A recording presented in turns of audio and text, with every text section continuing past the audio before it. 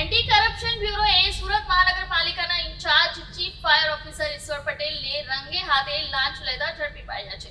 ઈશ્વર પટેલે hotel NOC certificate આપવા બદલ 1 લાખ રૂપિયાની લાંચ માંગી હતી.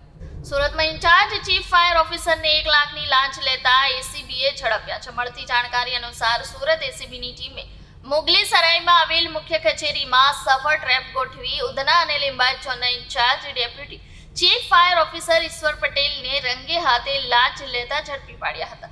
ફરિયાદીએ હોટલ માટે ફાયર સેફટીનું સર્ટિફિકેટ મેળવવા અરજી કરી હતી. આ એનઓસી આપવાની પ્રક્રિયા પૂર્ણ કરવા માટે ઈશ્વર પટેલે 1 લાખની લાંચ માંગી હતી. ફરિયાદી આ રકમ આપવા માંગતા ન હોવાથી તેમણે એસીબીનો સંપર્ક કર્યો હતો અને એસીબીએ છટકું ગોઠવી ઈશ્વર પટેલને તેમની જ ચેમ્બરમાં રંગે હાથે લાંચ સ્વીકારતા ઝડપી પાડ્યા હતા.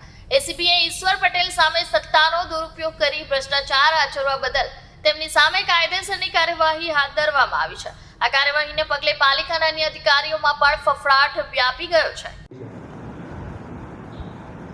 એસીબીમાં ફરિયાદ મળેલી જે મુજબ ફરિયાદીશ્રીની ફાયર વિભાગમાં હોટલની એનઓસી મેળવવા માટે અરજી કરેલી, જે હોટલની એનઓસી મેળવવાની કાર્યવાહી કરવાના આવેજ પેટે ફાયર ઓફિસમાં ફરજ બજાવતા ઈશ્વર મગનભાઈ પટેલ, જેઓએ એ કાર્યવાહી કરવાના આવેજ પેટે 1 લાખ રૂપિયાની માગણી કરેલી અને તેઓ 1 લાખ રૂપિયાની લાંચ સ્વીકારતા પકડાઈ ગયેલ છે. તેઓ વિરુદ્ધ કાયદેસર કાર્યવાહી હાથ ધરી ગુનો રજીસ્ટર કરવામાં આવેલ છે અને આગળની કાર્યવાહી હાથ ધરેલી છે. લાંચ સર શેના માટે માંગવામાં આવી હતી સર?